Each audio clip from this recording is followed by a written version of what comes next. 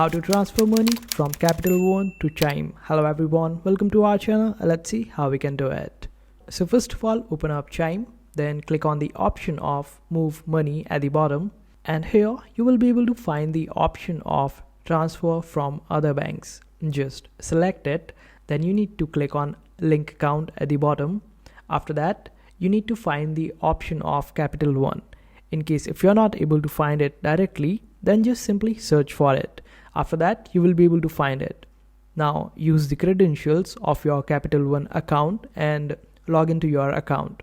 After that, it will ask you to verify your identity. Now just verify your identity using the options given over here.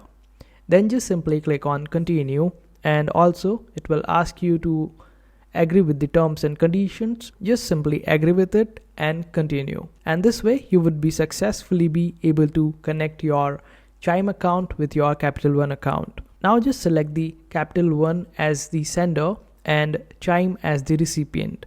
After that, you need to type the amount that you want to transfer and then just simply click on confirm transfer. And this way you would be able to transfer money from Capital One to Chime. And this is how you do it. I hope this video was helpful. Make sure to hit that like button and also subscribe to our channel for more helpful videos.